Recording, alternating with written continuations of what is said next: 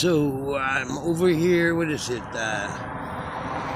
September 22nd, 2020, just like Walter fucking Cronkite. I'm over here back at Fallbrook Center. It's late. Actually, you can't tell by the sky the way it looks behind me. It's dark.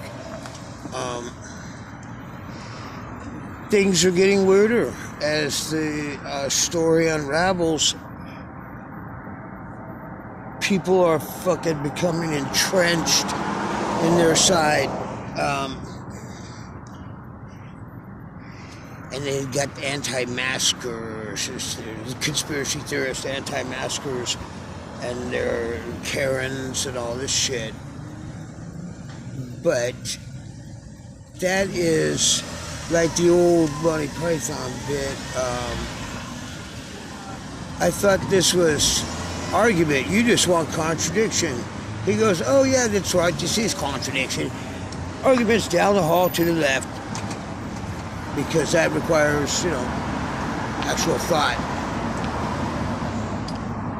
The pro-maskers, the masturbators, the masquerade,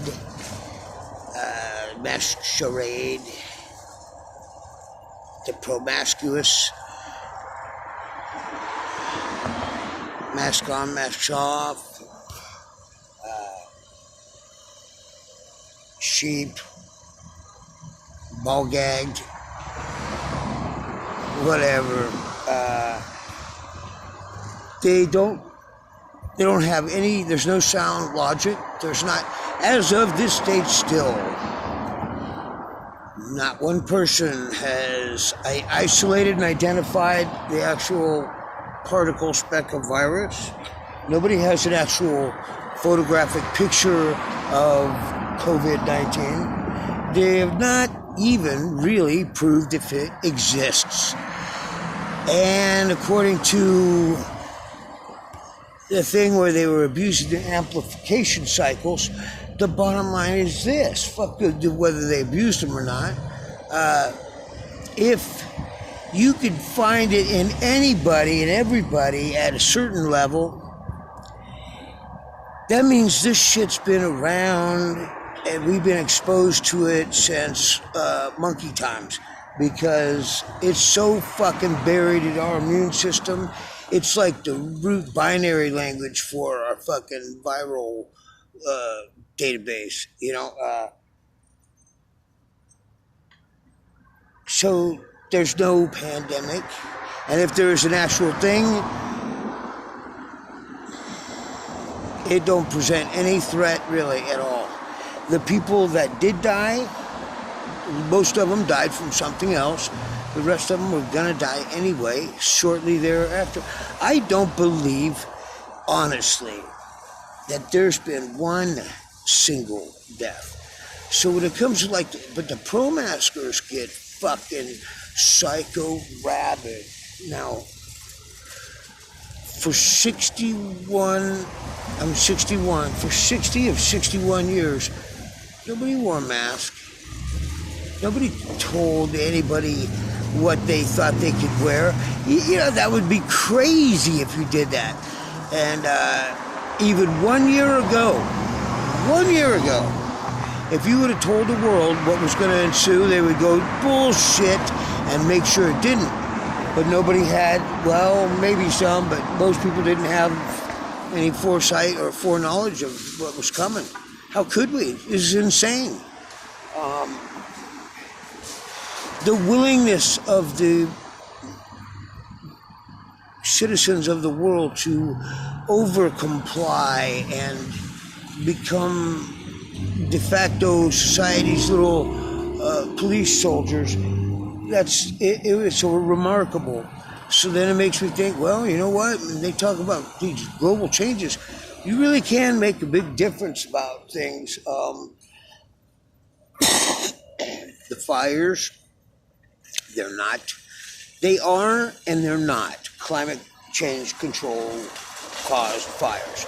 On one hand, whatever kind of thing sparks for forested fire, whether it be arson or accident, it's more likely to do that on a very hot day than it is a not so hot day. So there's always that. Temperatures and humidities bring things into danger zones. Plus, too many fucking tree humpers where they don't want to ever lose a tree, and in the course of doing that, if you don't have some kind of controlled logging or burning, then you end up with tons of dead tree stumps. That's like putting dynamite in among the coals of your barbecue.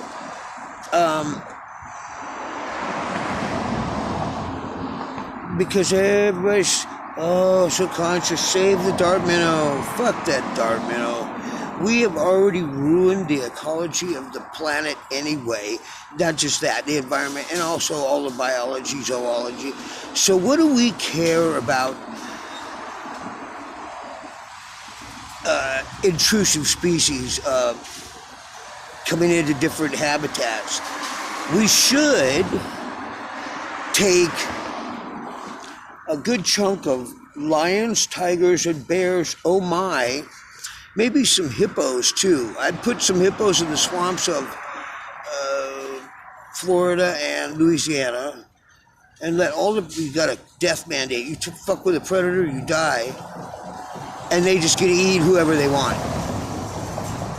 You would have a much leaner, faster population, and there would be an equal distribution of, well, unless one race was actually superior athletically, which, I have a feeling there probably is, but whites are good at cheating, so. But the pro-masturbators are fucking crazy about them, and it's becoming a big fucking issue. Doesn't anybody see that the muffling, stifling, and inhibition of able to breathe oxygen is directly correlates to interfering with the right to free speech? Then along with the right to free speech, you couple that with the right to assemble, which is, basically has been outlawed. Now they're filing criminal charges against parties. I thought parties were a good thing. If I gotta fucking deal with asshole neighbors, I would much rather deal with them being happy and partying than being destructive and crazy. How are you gonna blame people for trying to feel good? It just seems like this is what all these things. Then there's the restriction of travel, or the virtual shutdown of a lot of industries, planes, shipping, shit like that. It's tantamount to throwing up barriers of places you cannot go. As a matter of fact, Americans, for the first time, we're basically not allowed to go anywhere. Everybody thinks we're the fucking asshole. Hey, guess what? We are. But not for the reasons that they think. What I don't get, and I guess I do though, is how all the medical personnel in the world basically went along with it. And then every other peripheral occupation also. What was it last night we were thinking about? Oh yeah. Not only is there frontline responders of counter people and or like 7-Eleven clerks and gas station attendants.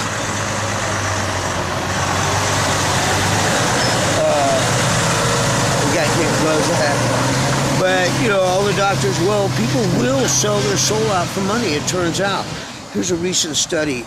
40% of Americans would rather give up their dog than their phone for a month. If they had to give up the dog permanently or the phone for a month, they said, fuck you, dog. 40%. So there you start whittling away at the percentage of who's worthy, who's a piece of shit, and who's worthy. Well, you just whacked off 40%. Then you got the pedophiles, rapos, killers, fucking creepos, the bullies, the abusers, fucking whatever, fundamentally evil people. You already got 40%. I figure it comes to about another 53% after you take out all the shit heels.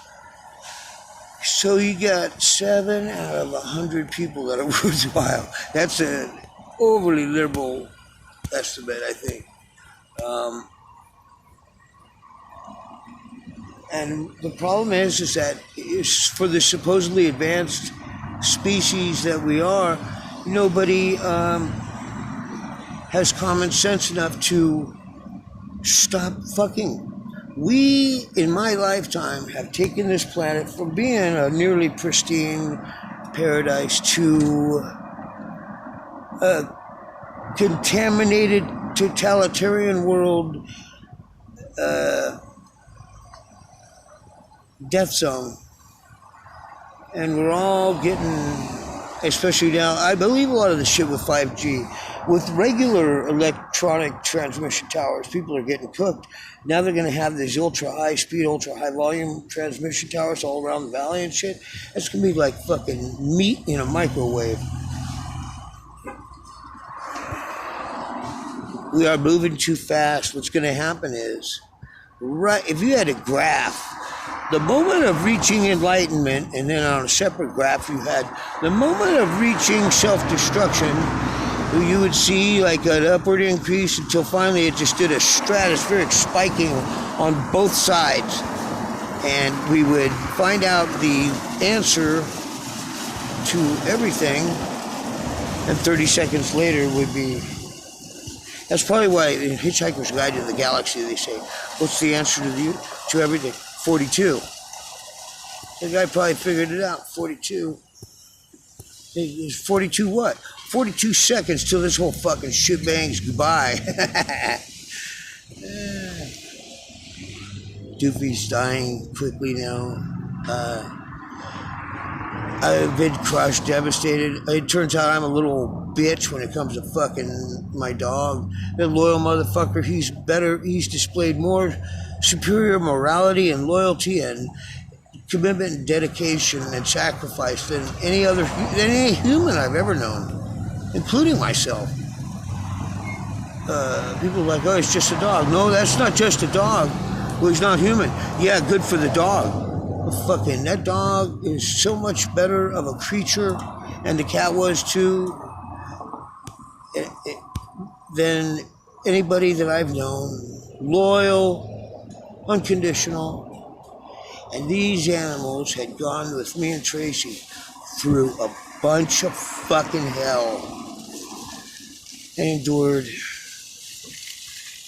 So the cat disappeared up in Pismo, and I was crushed, and now Doofy's going any day. It's gonna be bad. Bad. I'm hoping that me and Tracy stay alive. I'm hoping we stay sane, because it's really bad. I mean, we're having to watch him waste away. He's such a fighter, he doesn't want to give up, and he's tough as nails, tough as fucking nails, so all I can do is just try to make him as comfortable as possible and see it to the end, but I can't pull the plug. We're starting to get pressured by the people where we live, but fuck, I don't give a shit. Most everybody's a punk-ass pussy bitch. I'm ready to die for mine. It's going to get to that point soon. I foresee nearly Stone Age barbaric society coming within the next few years. It's crazy.